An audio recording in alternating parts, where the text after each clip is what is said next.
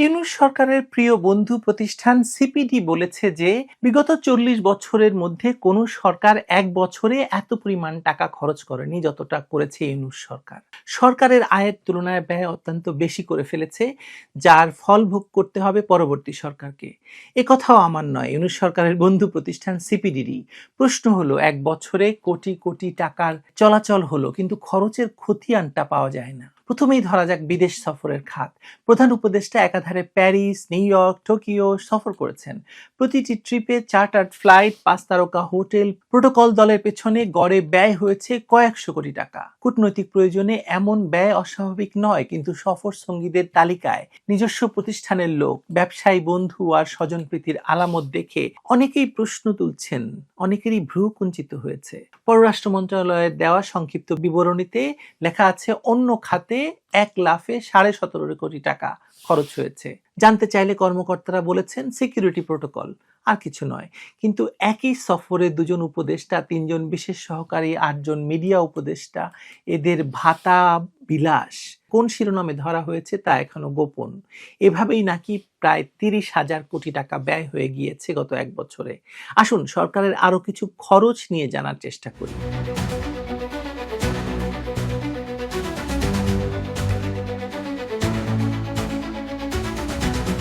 বিদেশ সফরের কয়েকশো কোটি টাকা ব্যয়ের পর দ্বিতীয় খাত হলো নির্বাচনী প্রস্তুতি। সরকার বলছে তারা ভোট করে ইতিহাস সৃষ্টি করবে, অথচ ইতিমধ্যে ভোটার শিক্ষা, ইলেকশন ম্যানেজমেন্ট, সফটওয়্যার, পর্যবেক্ষক প্রশিক্ষণ, এই ৩ শিরোনামে বরাদ্দ হয়েছে প্রায় ২৫০ কোটি টাকা। সবচেয়ে রহস্যজনক হলো সফটওয়্যার কেনাকাটা। দরপত্রে অংশ নেয় মাত্র ২টি প্রতিষ্ঠান, যাদের একটি গত সরকারের আমলেই কালো তালিকাভুক্ত ছিল। নতুন নামে নতুন কোম্পানি খুলে একই মালিকানা, এমন অভিযোগ ওঠার পরও কিন্তু ক্রয় কমিটির প্রধান বললেন সময় কম, তাই দ্রুততার সঙ্গে প্রাধান্য দেওয়া হয়েছে। ফলে যে সফটওয়্যারের বাজার দর সর্বোচ্চ ২৫ কোটি, তার চূড়ান্ত মূল্য ধরা হয়েছে ১০৮ কোটি। কম্পিউটারের স্ক্রিনে ভোট গণনার এই জাদু দেখাতে গিয়ে রাষ্ট্রীয় কোষাগারের টাকায় একের পর এক শূন্য যোগ হয়েছে কেবল। তৃতীয় খাত নিরাপত্তা। ইউনূস ক্ষমতা দখলের পর গুজব, সাম্প্রদায়িক হামলা, রাজনৈতিক খুন, এই ৩ অজুহাতে গঠন করা হয়েছে বিশেষ র্যাপিড অ্যাকশন গার্ড।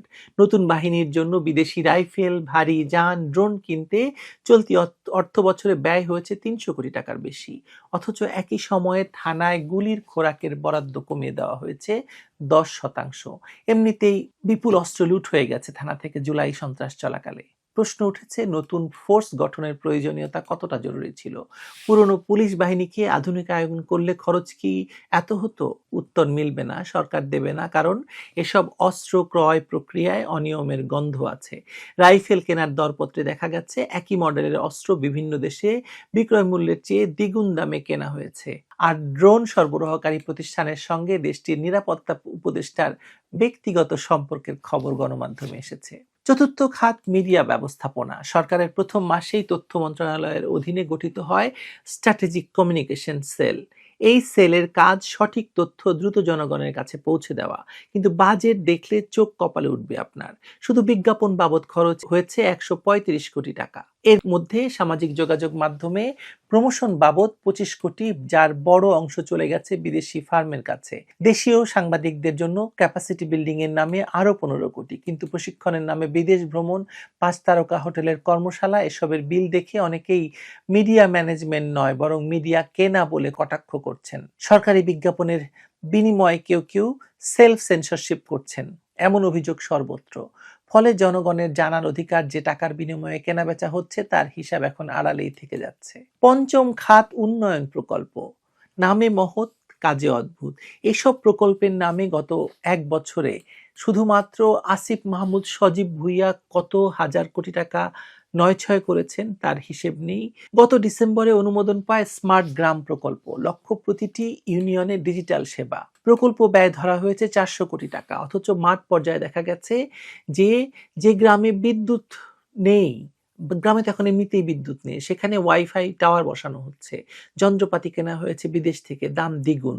স্থানীয় ঠিকাদারদের বাদ দিয়ে কাজ পেয়েছে ঢাকার একটি প্রতিষ্ঠান, যার মালিকানায় রয়েছে সরকারি দলের সাবেক এক উপদেষ্টার স্বজন। প্রকল্পের মূল পরিকল্পক একজন বিশেষ উপদেষ্টা, যিনি নিজেই স্বীকার করেছেন পাইলটিং এর আগেই পূর্ণ বরাদ্দটা নিয়ে নেওয়া হয়েছে, কারণ বাজেট ফেরত গেলে আগামী বছর কাটছাট হবে। মানে তাদের চলে যেতে হতে পারে, সেজন্য তারা আগেই সব টাকা নিয়ে নিয়েছেন। ফলে উন্নয়নের নামে টাকা ঢালা হচ্ছে, কিন্তু গ্রামের মানুষের হাতে উন্নয়নের ছিটেফোঁটাও পৌঁছাচ্ছে না।